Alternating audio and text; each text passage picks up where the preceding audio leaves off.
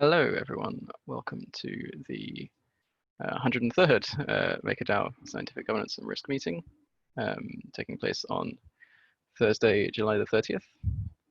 My name is Long for Wisdom. I'm the MakerDAO, or one of the MakerDAO governance facilitators. I'm running this meeting. I'm joined by a host of people who are interested in Maker things, currently 40. So we've got an agenda for today, which I'll go through shortly. We're going to change up the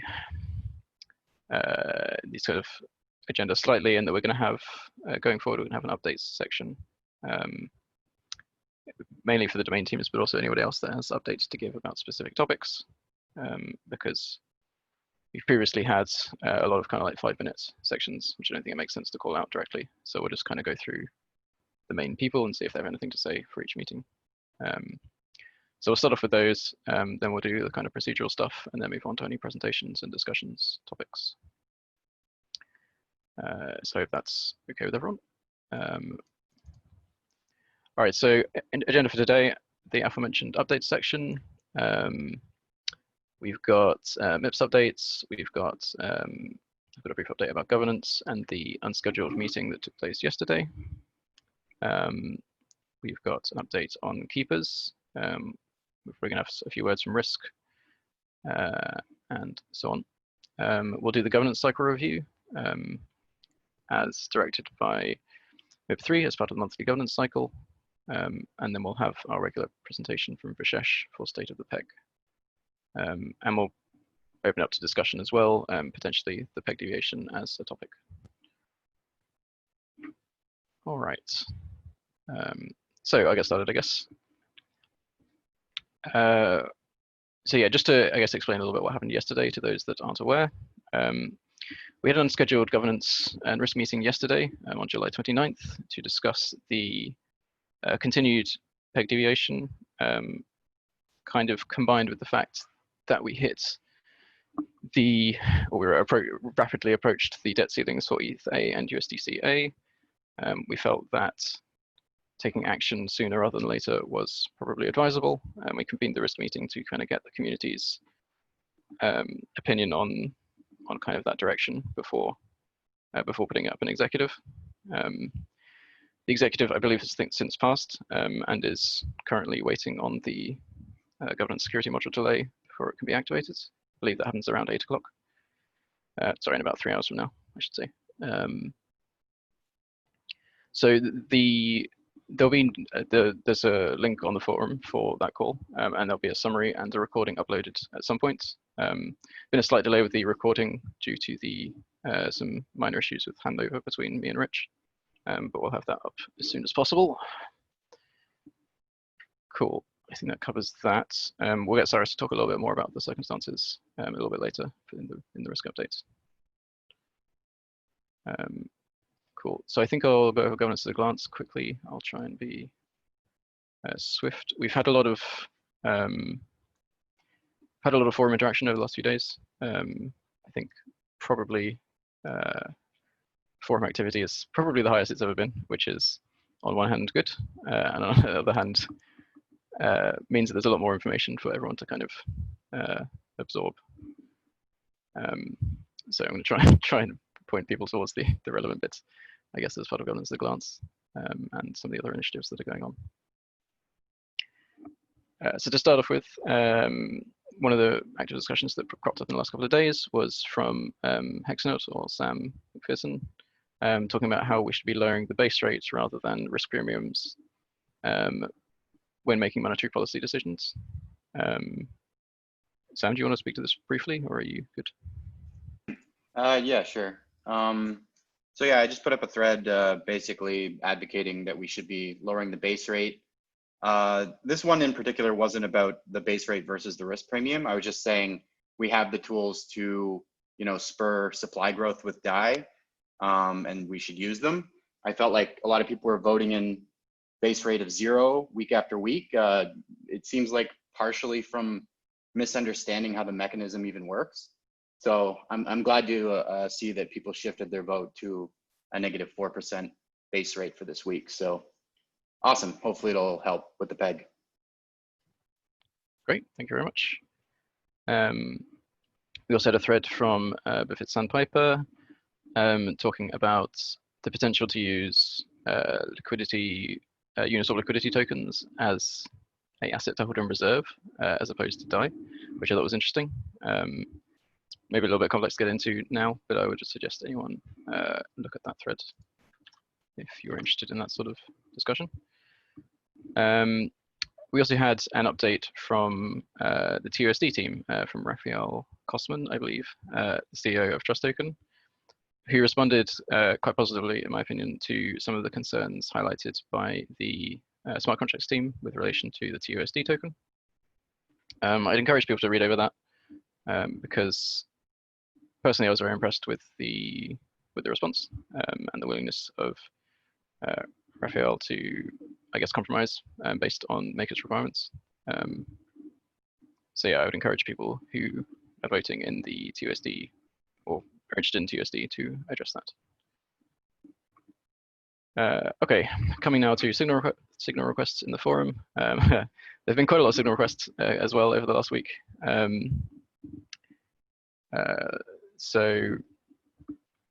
Mainly from Aaron and Jokat, who have both taken the initiative and proposed a bunch of things, which is great on one hand. On the other hand, it does kind of demand a lot of attention from governance. I think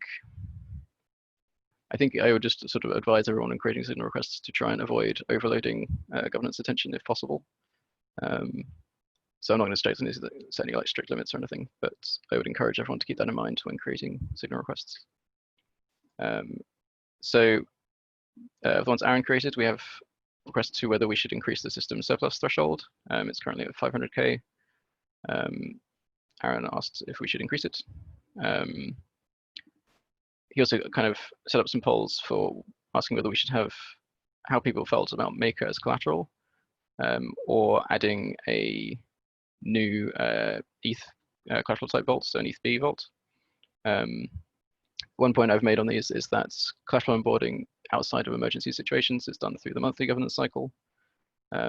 So these signal requests will be more advisory, I guess, than kind of like they're unlikely to go into the weekly cycle, I guess is what I'm saying.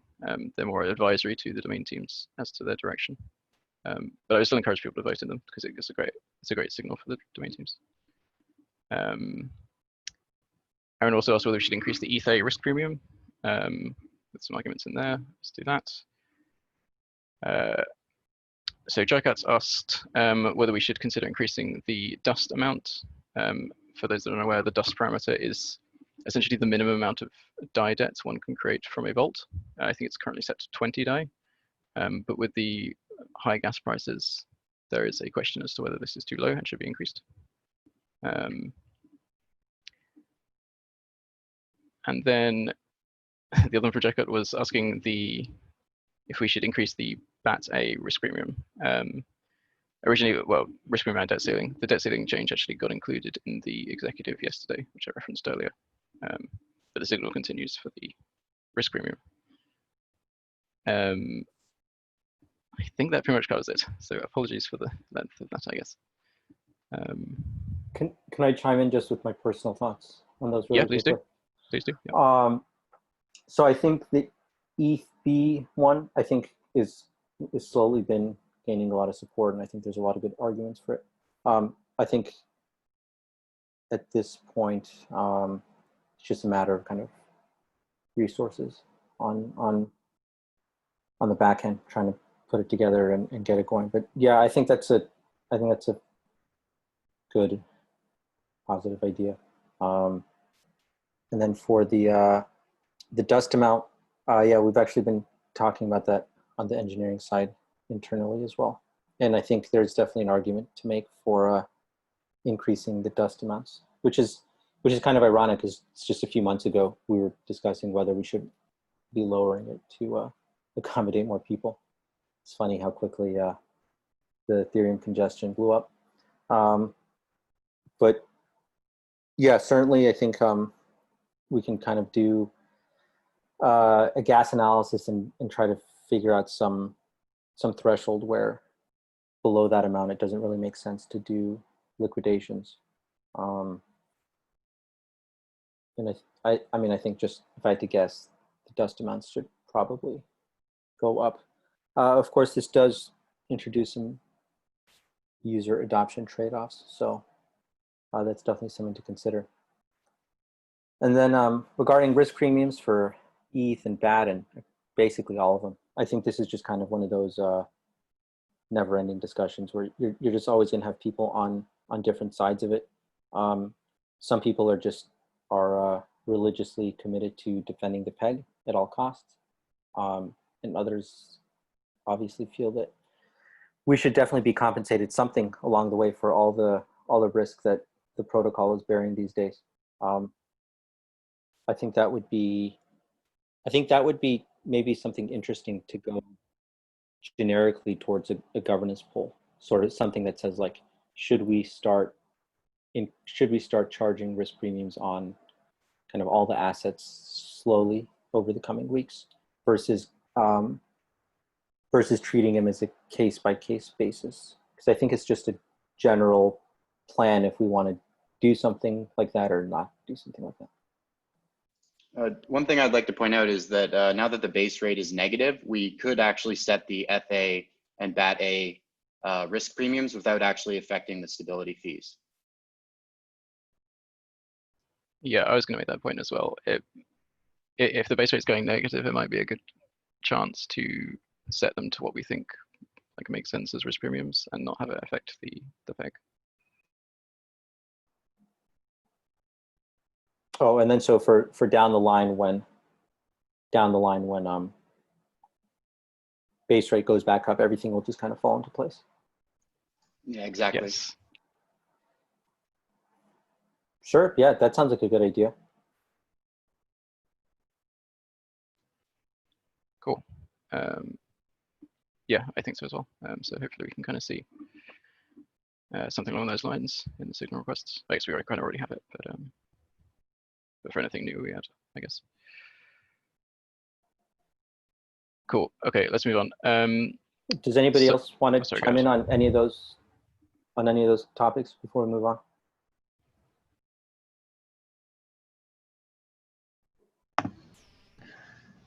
I'll just reiterate on the dust limit that yeah, for liquidators it's wildly non-economical just to even liquidate a vault right now, and sort of back of the envelope numbers probably has us somewhere around a dust value of 100 to 200 DAI, somewhere in there. I'd say like minimum maybe 100, and but maybe we should go higher for anticipation of the future. I'm not sure, but.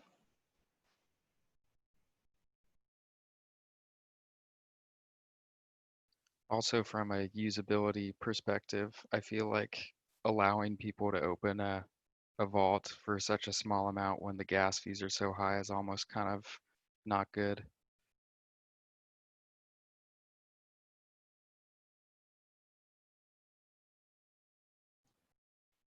Cool. Okay. There'll be a chance later to kind of discuss things in more detail. So I think for the time being, we'll move on to updates. So I guess we'll just kind of go through domains. Smart contracts, any updates? Yeah. Well, I just wanted to make a note, the MIP 12 checklist assessments that we're doing, we're turning them out for each collateral type. Right now, this week, this morning, Tether and Pax USD was posted, and also Fitz Sandpiper, community member, is helping out and craft these and actually post them. He worked on the Pax Gold assessment, which is also available on the forums. So we're doing this concerted effort to get more of our community members involved in this process and looking at the technical details of the contract. Everyone should take a look and comment on these if they feel comfortable. And going forward, we have actually a pretty big collateral status index list and with a pretty big backlog of collateral types we need to have this done for. So if anyone is interested in getting involved in doing this and helping out, we can actually set up some meetings, weekly or bi-weekly to do this. Here, actually, I will link the status index in chat for the things that the collateral types that we're doing this for. We can reach out to me, Fit Sandpiper. I think the more people that are getting involved and looking at the contracts and just the things that we're looking for will be helpful. So if anyone has any questions, please reach out. That's all I have to say. I'm also wondering if we can do this same sort of thing with the Risk and Oracle teams. I reached out to Cyrus on the forum just recently, but probably right before this meeting. But I think it would be nice to be able to kind of do this for all the domain teams. Yeah, I agree. I agree. Yeah, thanks for doing that, Fit Sandpiper. I really appreciate it. Yep, no problem.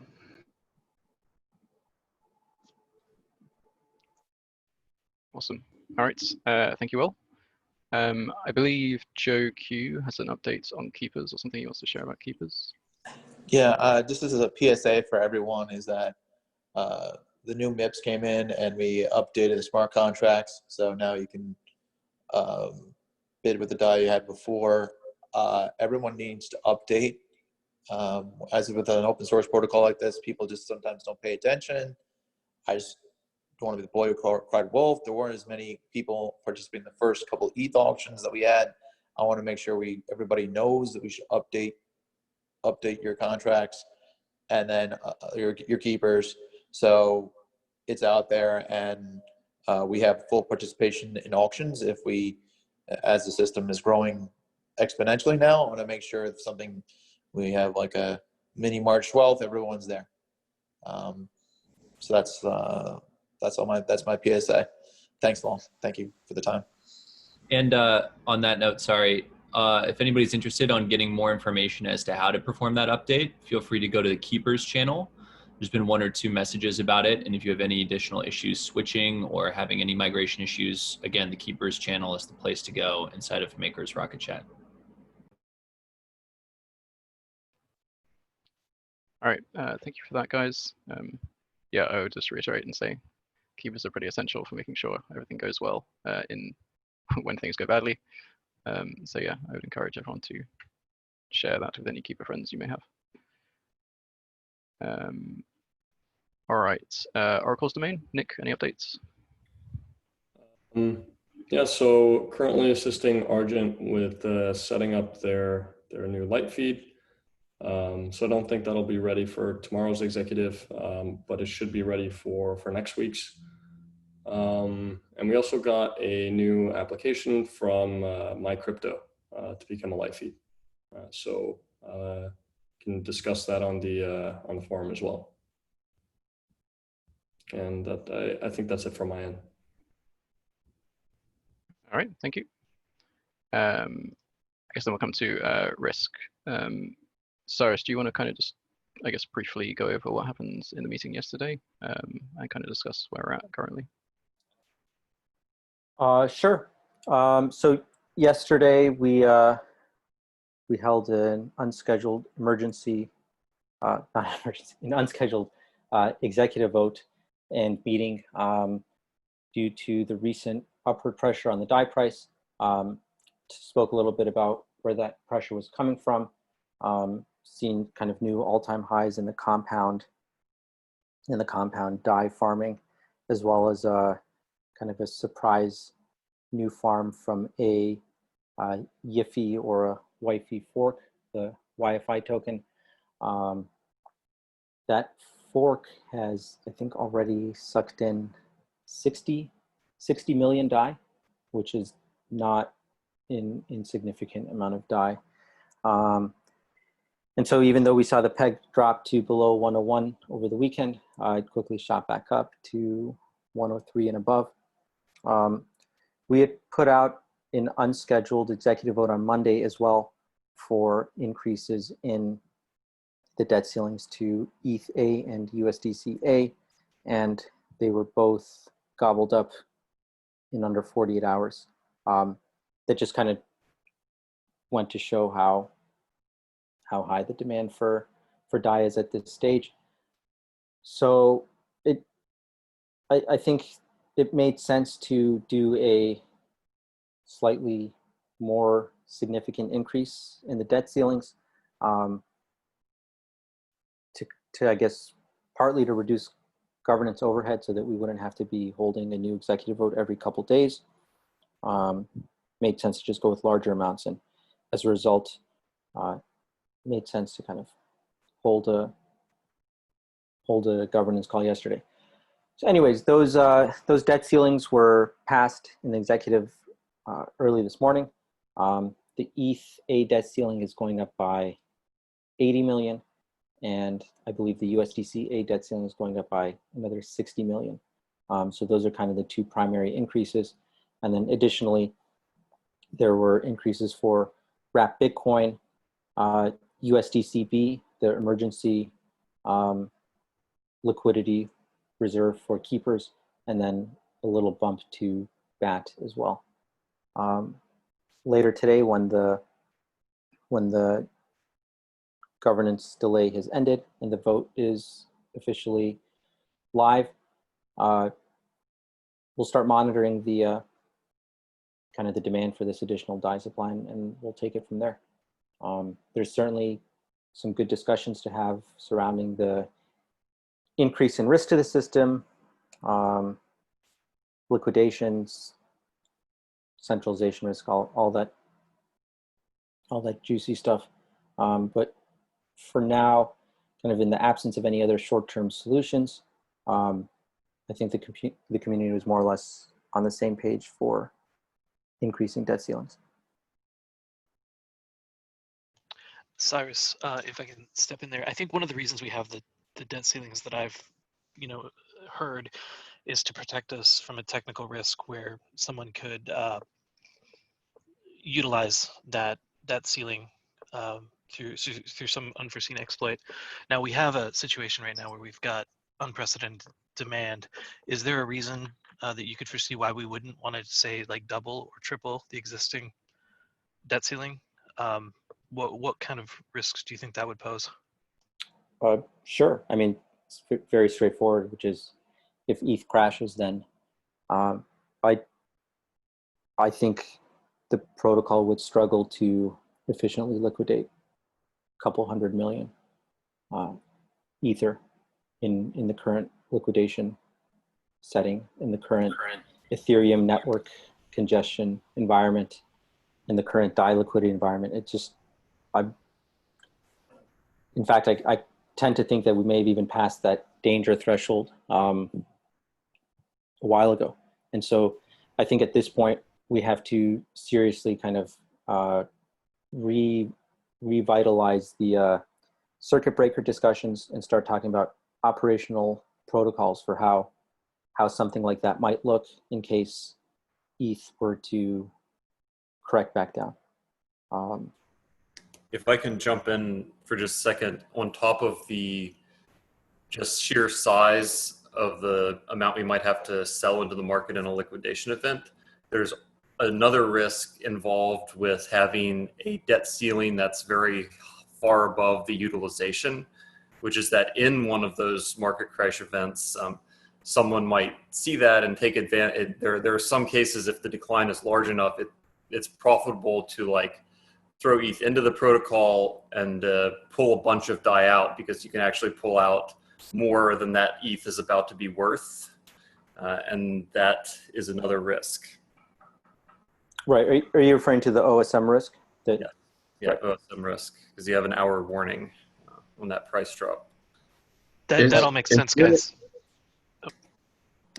Is there a reason why we haven't increased the frequency of the Oracle refresh in order to fix that OSM risk?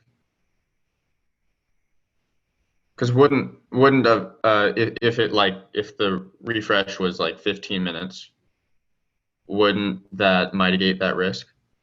We'd never be able to respond to an Oracle attack if it was 15 minutes. An hour is cutting it really close. The lower you make that time, the more you mitigate that Oracle attack or that OSM attack risk that we just described, where the price crashes and someone takes out a big one. But as you lower that time, you're increasing the risk that if something goes wrong with the oracles, there's some actual, manipulation of the oracle prices themselves. We have much less time to react. An hour is already quite short, to be honest. So, I mean, I agree with all of that. But at this point, we're doing emergency executives every 2 or 3 days. I mean, is the community fine continuing that, or should we consider larger increases that'll last a full week? Yeah, the smart contracts team hates it. I'll just say that much. Well, there's also the possibility of adding some sort of instant access module that would allow periodic or more frequent and smaller debt ceiling increases based on utilization. And that wouldn't require an executive vote every time, which is MIP 17, as Charles is calling out in the chat.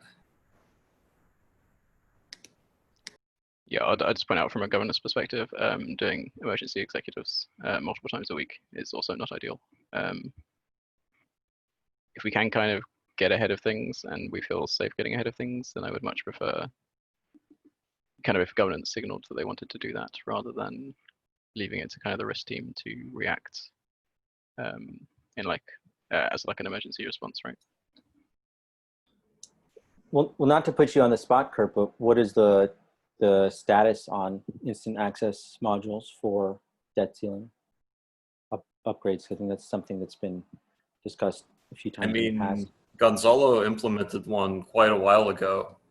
It's, we can deploy it whenever there's the community wants, basically.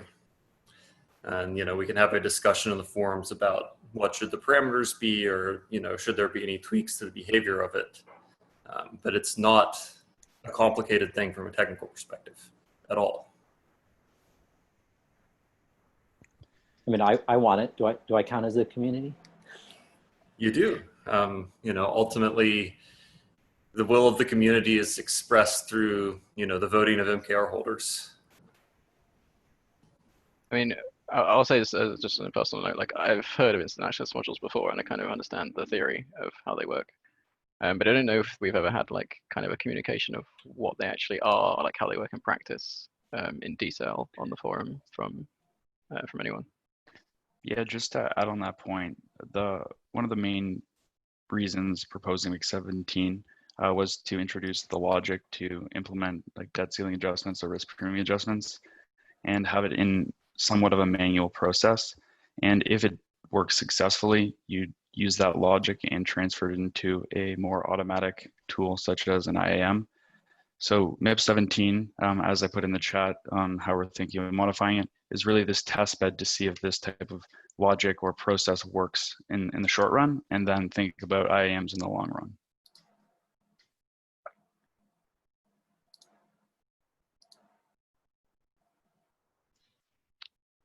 All right. Yeah, I mean, if you guys wanted a description of the IAM, we could give it to you. Yeah, I think that would be beneficial if one of you guys has the time to kind of write something up. So I haven't read MIP 17, so this could be completely off or completely useless comment, but I was curious asking Cyrus in terms of one of the hardest parts I have, and I agree with this point, which is how do we handle liquidation risk? And how do we handle the amount of collateral and what is deemed an acceptable amount of risk that we should, lever up essentially, or put more collateral in the system, so to speak, and when not to, and where to draw that line and why. And I was kind of good answer for this. I just kind of go off my gut feeling. What numbers or analysis have you kind of done, or is there anything you could concretely refer to as to reasons why you have that opinion, or reasons why you maybe think, whatever, 50 million might not be able to be covered, or a certain gas price might indicate that we might have issues with liquidations, things of that nature? Because it's so hard for me to construct an eloquent opinion around the topic other than just a gut feeling, which is, oh, this is kind of sketchy. I was just wondering if you could maybe break that down for us. Sure. I mean, so first of all, I think the gut feeling is definitely an important part of it. But certainly one very cool tool is Vishesh's liquidation price graph, which let me pull a link for that. And it basically shows you at what price points you'll be, yep, there we go. What price points you'll be liquidating how much collateral. Just the distribution is fairly smooth, but occasionally you'll see these like huge increases from large vaults. And every time we get hit one of those points, it just seems a little bit scary. After March, we informally spoke to a bunch of different keepers, and we tried to get a sense of how much available DAI liquidity is out there to bid on keepers. It's just some small percentage of the total DAI supply. Those numbers are hard to pin down, but if you're liquidating 100 million ETH collateral, you're not going to instantly find 80 million of liquid DAI to bid on that, right? So that's kind of what we set it at, or at least where you set it at personally, is you say, okay, anywhere around 100 million, we should really be careful.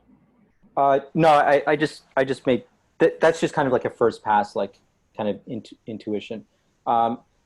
Then we can kind of like, we've done some risk modeling in terms of liquidity and order book depth, and try to bake in a slippage discount for how much the price would suffer for increasing amounts of collateral being sold. And that kind of tends to break down around 200 million of ETH collateral. And that's kind of the unofficial number we were just kind of targeting back in April, May, which is, we've since blown through that. We actually have some grants out with some quant firms that are doing some more sophisticated liquidity analysis. So kind of waiting to hear back on that front as well. Ultimately, I think it's just a hybrid of academic approaches as well as kind of practical trader approaches, right? Just intuitively, to me personally, does it seem reasonable that if ETH falls 50% and we have to liquidate some 100 to 150 million of ETH collateral, it just doesn't inspire a lot of confidence in me.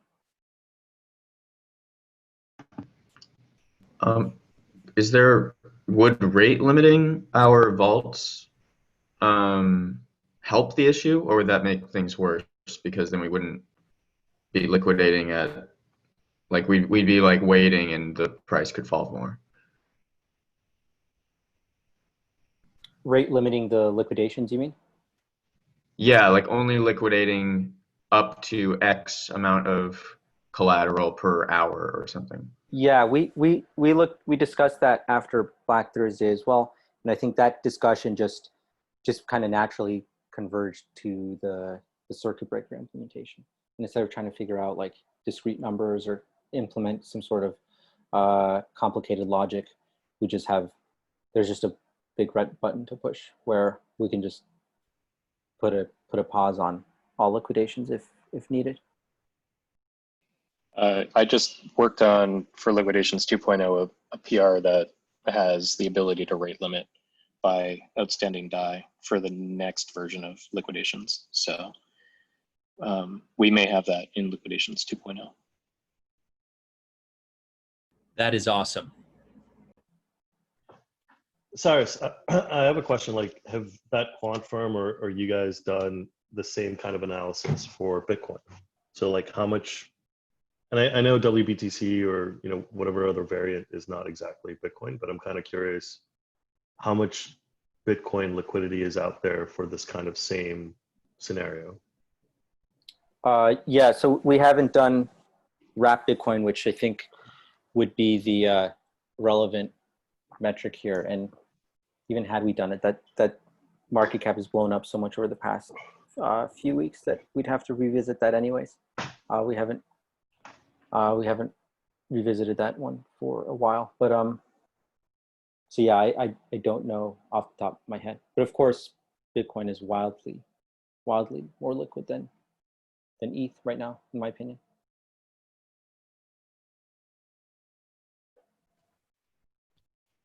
All right. I'm happy to come back to this discussion in the later parts of the call. We've still got a couple of updates and things to go through. So I think we'll move on for the time being.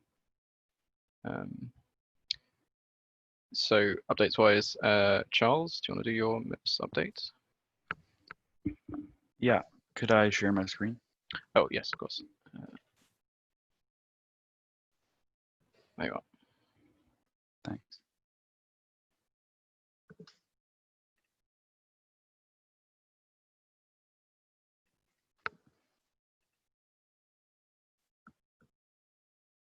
Okay, I'm just going to share the actual update in the chat in case anyone wants to follow along. All right, don't know how to access the chat right now. So I'll just go ahead and present.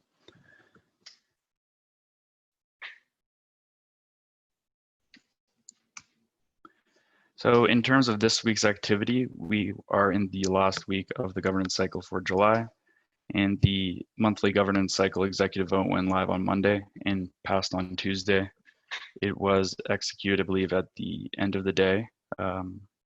What that means is 5 proposals plus an adjustment were added to the Maker protocol. I will share a Twitter thread that I put together earlier on what it means for the Maker protocol, having all these 5 proposals implemented.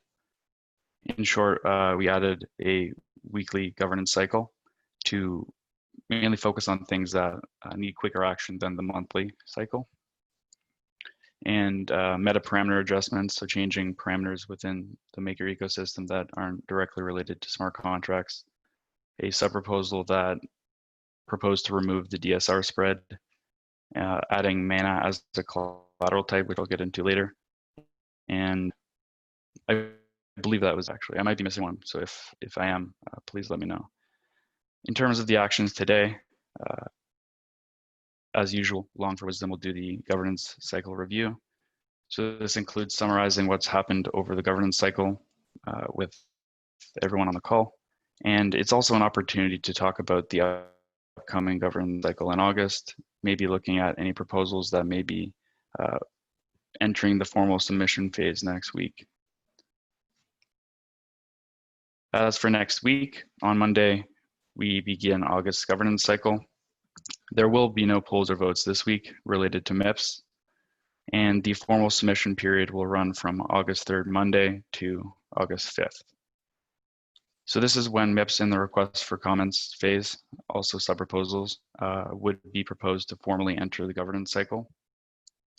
So just as a general reminder, if you do have any proposals in progress, I encourage you to submit them for review. They may not be directly included into this governance cycle, but it will kickstart the process to enter a near-term governance cycle.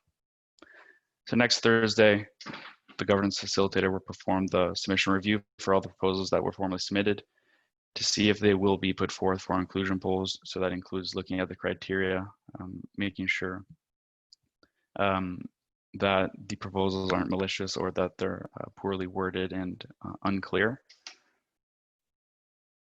In terms of collateral onboarding, so as I mentioned earlier, we saw Mana officially onboarded to the Maker protocol. This means you can now take out vaults with the Mana collateral type. This month's collateral onboarding greenlight polls are still in progress until Monday. So this is a reminder to vote if you feel strongly about any of the assets being onboarded. As Will mentioned earlier, we have 3 new smart contract assessments posted to the forums. Maybe Will can post them in the chat now for you to take a look at, but they're for PAXG, PAXUSD, and USDT. As for the TUSD update, so the governance poll to adjust the debt ceiling to 0 ended today, and it did not pass. So as a result of that, the smart contracts team will further review the situation and hopefully propose a vote in the near term, looking at next steps for risk parameter adjustments and other considerations related to smart contracts based on the TUSD's updates. On the right here, you can see the list of the current community greenlight polls, by the way. So there's a bunch, and yep, another reminder to vote if you haven't. I wanted to remind everyone that there are a few proposals still in the request for comments phase. It doesn't look like most of them will be ready for August's governance cycle. I believe MIP 20 and the sub-proposal of MIP 13 for the declarations of intent are still going to have at least 1.5 or 2 months more of requests for comments period. And as for MIP 17 and MIP 14, they were initially rejected from governance cycles, so they can be formally resubmitted after iterations with the community based on why it was initially rejected and how we can make the solution better for meeting makers' needs. And the dark spell mechanism should be ready for, I believe, September's governance cycle. So just 1 month away. As a side note, in relation to MIP 14, Long mentioned that he would be open to having someone take over championing this MIP going forward. So if anyone is interested in taking that over, you can just message me and I'll facilitate the transition as the official MIP editor.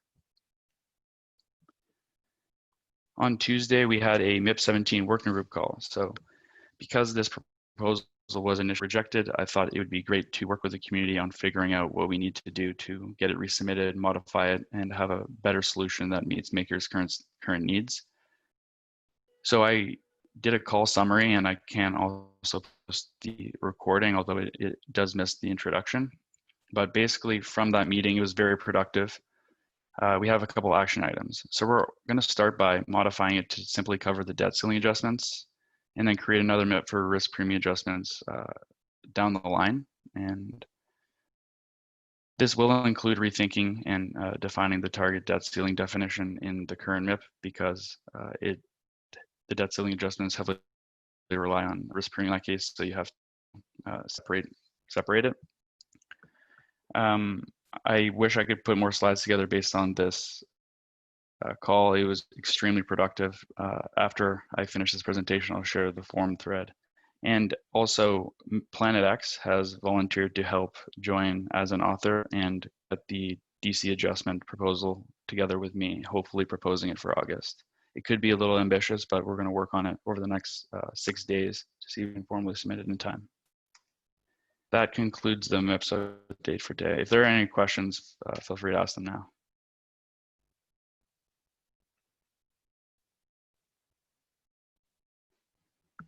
Hi, Charles.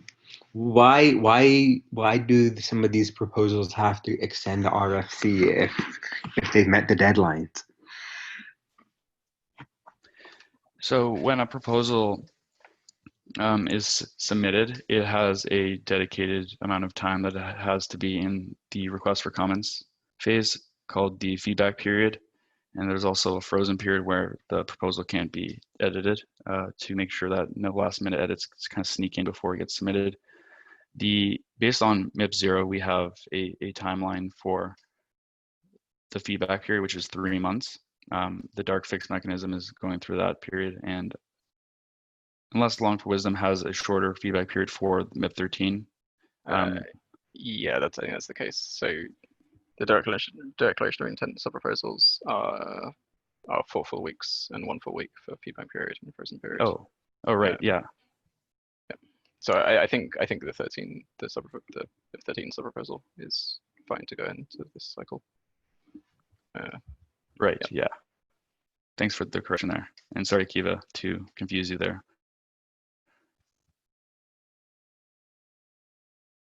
Yeah, no worries.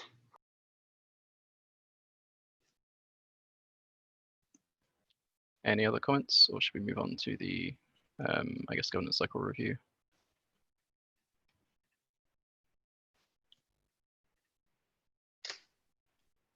Okay, looks like no. All right, so in terms of the governance cycle as a whole, so we had 7 proposals proposed at the beginning of the month. 5 of those were included. 2 of them weren't. Charles just kind of described which ones were which. We then had the governance poll bundle, which was approved for those 5. And then we then saw the 5 proposals pass in an executive vote. So a couple of things to note, I guess, about this cycle. I would say that we saw more maker participation in the inclusion polls, specifically in the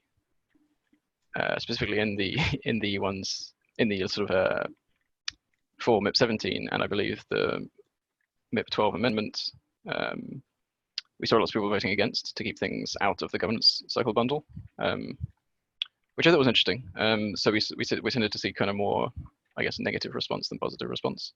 The ones that did make it into the governance poll, I think, had an average of like 6,000 maker, whereas MIP 17 was voted against, I think, with 20,000. So that's kind of an interesting development in seeing that people kind of want to just, I guess people are more concerned with removing dangerous things than, I guess, approving kind of wanted things. Or, I mean, it could just be a reflection of the fact that no one kind of felt super strongly about, well, not no one, but like less people felt super strongly about the passing proposals. So kind of something to keep an eye on going forwards. We did see more participation in terms of the governance poll bundle, though. I think that's 18,000 maker voted on it this time around. I think it was like 4K in June and 5K in May, so a fairly big increase, which is good.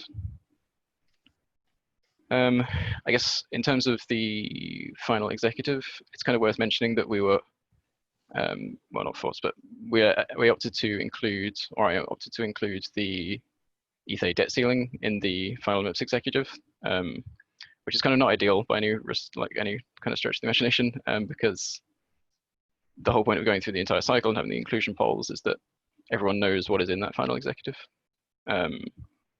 Unfortunately, we were kind of in a situation where the issues with the PEG and the kind of current state of the debt ceiling has forced our hand a bit, or my hand a bit. So it's possible that that kind of affected, I guess, how quickly the MIPS passed, or that or that affected them passing. I don't think there's anything like terribly controversial in there. No one sort of came to me and said this is bullshit, right? But it is something we need to be like aware of, I guess, if that sort of thing happens, and try and avoid that sort of thing happening in the future if possible.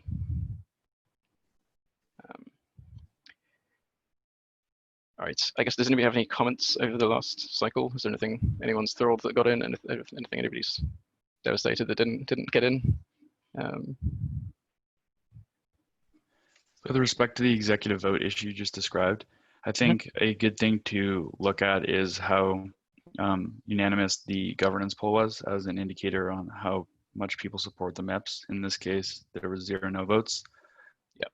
So I think it build with other items isn't as big of a problem, but if it is kind of very close between the yes and the no votes, then it does indeed become a problem. Yeah, I mean, it's potentially a problem anyway. Like if there's something that's, if the thing you put into the vote that didn't go through the cycle is controversial, then you risk kind of throwing away a month's worth of governance work that people otherwise agreed with. Agree. So it's definitely kind of risky either way. But yeah, I agree. It was, in this case, the reason I bundled it was because I didn't think it was a huge problem. But we kind of got lucky in the sense that it wasn't a huge problem in this case. All right, I'm not hearing anyone else jump in. So I guess we can kind of move on to the next kind of discussion of the next cycle. Charles just kind of went over the RFC MIPs. Is there anything anybody kind of is excited to see and move into the governance cycle? Is there anything anyone thinks, like directly thinks needs more work? Kind of open forum for people to comment.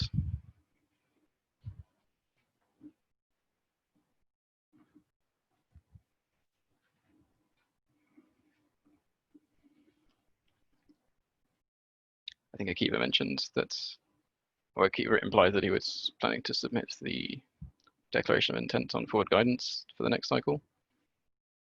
Does anybody have thoughts on that?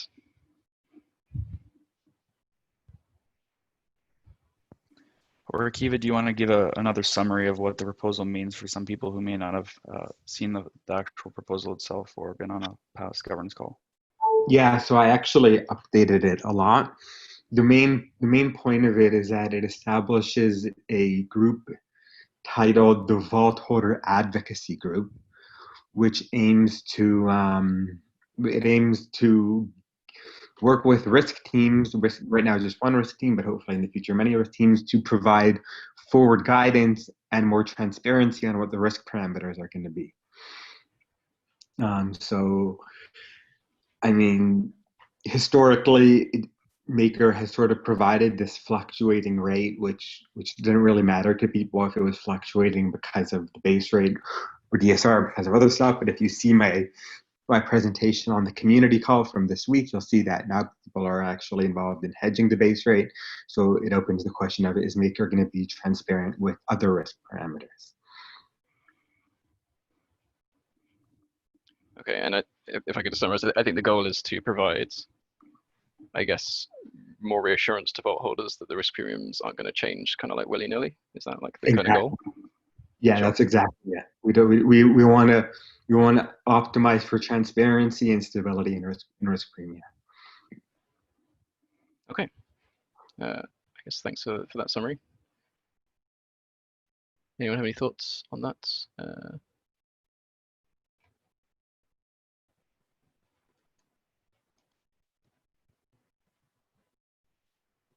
Okay, I think we may move on then.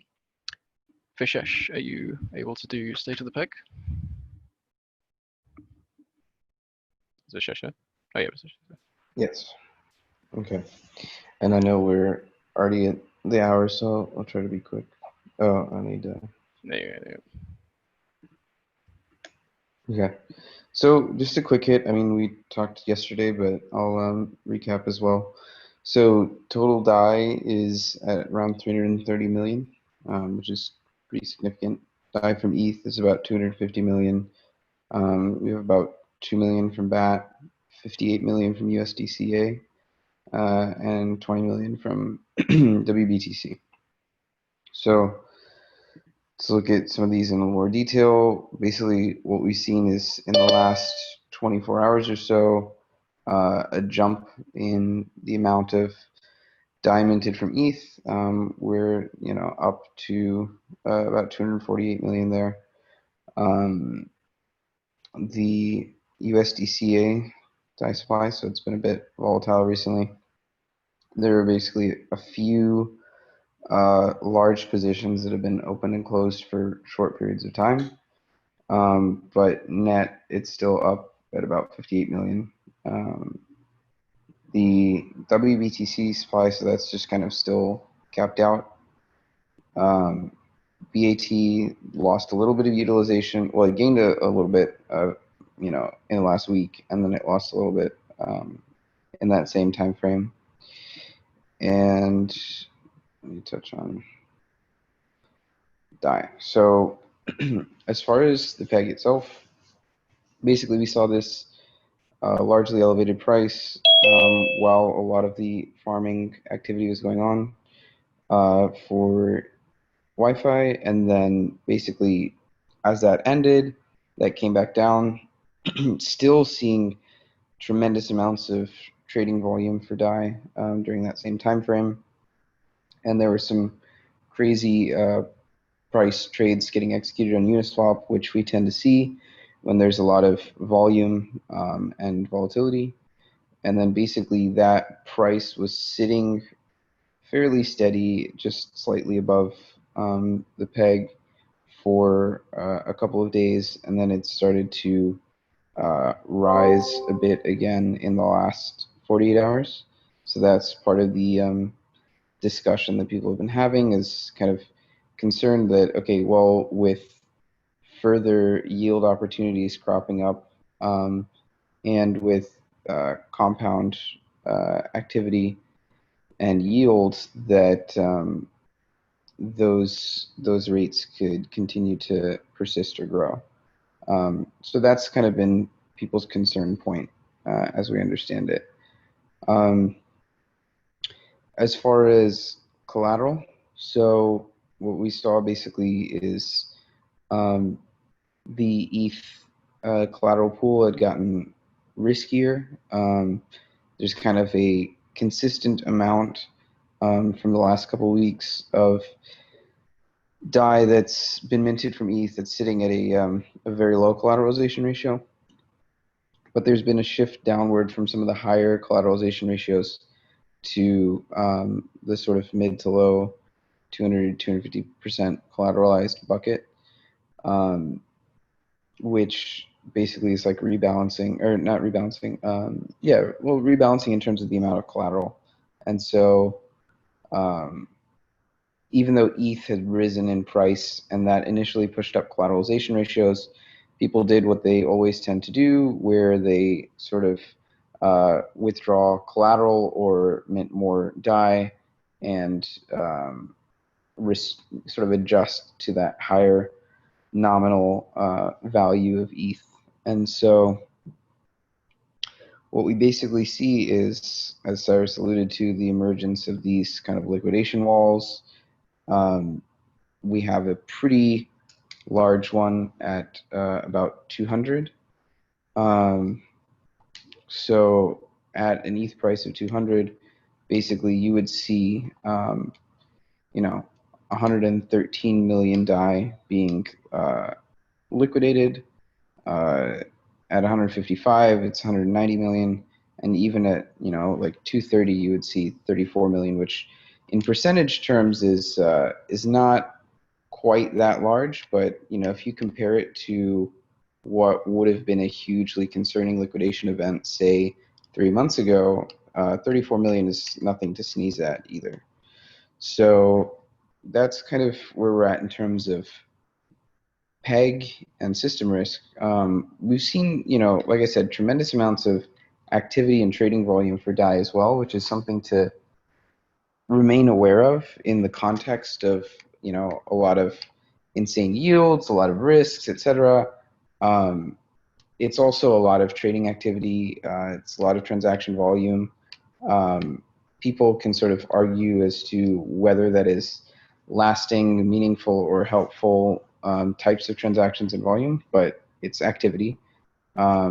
So the majority of that has been, at least for the DAI-ETH trades, we can talk about USDC in a little more detail next time, but for the DAI-ETH trades, it's mainly been DYDX and Uniswap, and then obviously we all know that there's been a tremendous amount of activity on the balancer pools, the curve farming, and then now with the most recent fork of the Wi-Fi farming pools, basically that's got a solid, 62 million DAI. So we look net at Compound, there's about 145 million DAI in there, and then in addition to the 64 from the new Yiffy pool, or the Yiffy with two eyes, basically we're looking at upwards of 200 million DAI sitting in these farming opportunities, and with a total DAI supply of 330 million, that's a tremendous domination in terms of the and that's sort of lowballing it as well, because there's other sources that have not been included in that. So that's why I say upwards of 200 million. That's a tremendous amount of the DAI that's floating out there that persistently is used for these farming opportunities.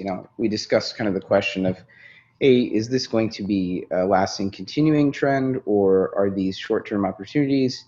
I think we kind of had it right when we said that the genie's out of the bottle, whatever. Like, this is a continuing trend, and we can talk about the conditions under which that would no longer be a continuing trend.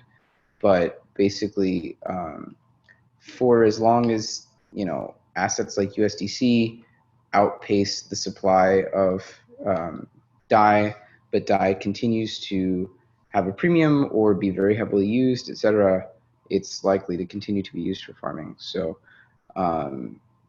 the insane yields of the Yiffy one, kind of kicked off a little bit of a frenzy, and I'm sure people will continue to try to reproduce those yields in different forms. Whether it's going to hit the same percentage yield is very uncertain. Probably not, hugely likely, but if we look at the kinds of yields that you can get with the comp farming stuff, I mean, that's very likely to persist. And so this is, to some extent, a new normal that needs to be addressed, and something that the community needs to plan around. And I would encourage some discussion around what to do about this, what to be aware of outside of just increasing debt ceilings every time they get hit, because if you did that ad infinitum, like theoretically you're ballooning the amount of risk that the system is taking on, and you're always chasing your own tail, and it's uncertain as to if you continue to increase the debt ceilings, at what level would these yield opportunities no longer be as profitable, and whether that would actually ever be the case. So just discussions that need to be had about how DAI is being used and how the community thinks it should be used, and what kind of risks that inherently brings. Okay. I will pause there. Hopefully that didn't take too long, but I'm happy to double click on anything specific that people want to go into.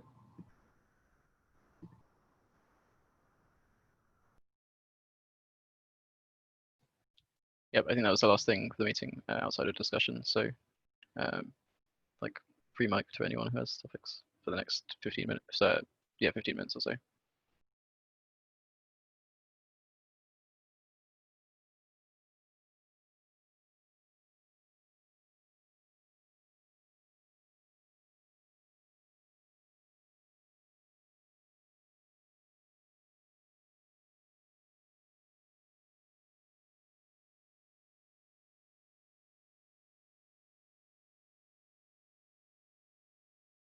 Yeah, so there's some comments in chat which are I think worth mentioning, which is around liquidations. So if we do have some sort of pullback in the ETH price, and that's something to be aware of, is ETH is kind of a repetitive beast. We kind of know it when we see it, and ETH price has been rising and rising, and then it's kind of wobbly or flat, in the last couple of days. There's the potential for pullback there, and if it does, like, you 100% need to be aware of the fact that that can cause a liquidity crunch on DAI, and can push the DAI price up further. Having access to keepers and liquidity that are ready to act on those auctions is extremely important.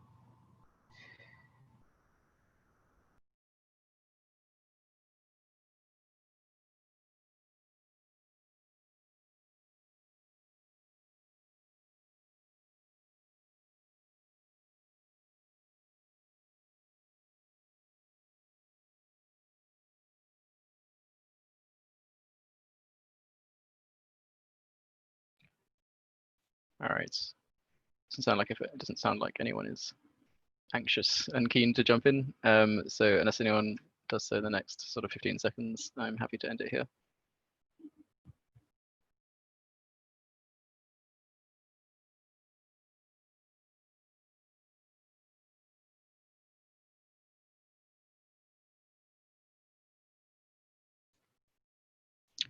Okay, so Akiva was saying, let's talk about the negative base rate. Do you have a specific comment to make on it, Akiva? Feel free.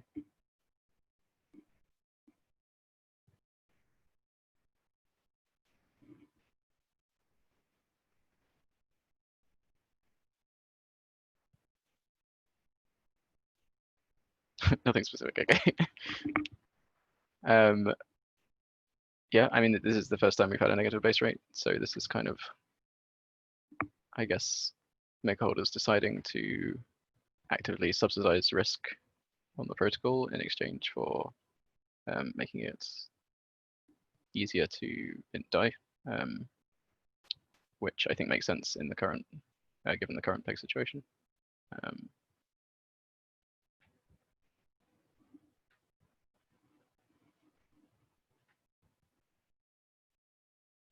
I feel like I should just start saying outrageous things and see when people start arguing with them.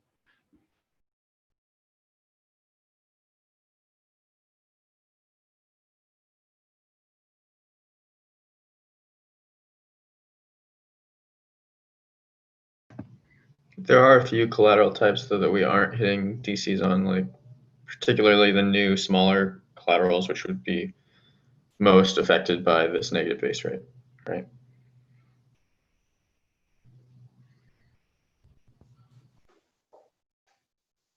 I mean, with respect to like hitting like the current DC problem, if we, as a community, look at improving and prioritizing MIP 17 rewrite for just this DC adjustments, so getting more people in the discussion and actually having a community-built proposal on figuring out the best solution for this going forward, we can get into August's governance cycle and actually have a process for handling it in the future, and therefore leading to maybe future IAM.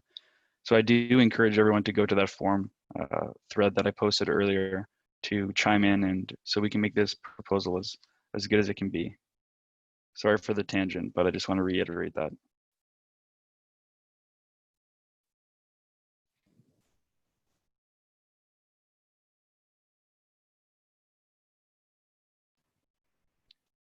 I think that's fine. All right, yeah, it doesn't seem like it's a whole bunch of people who want to chip in, so I think we'll end here. All right, thank you everyone for joining the call. Yeah, join us same time next week to continue to talk about governance and risk issues. Thank you, everyone. Thanks.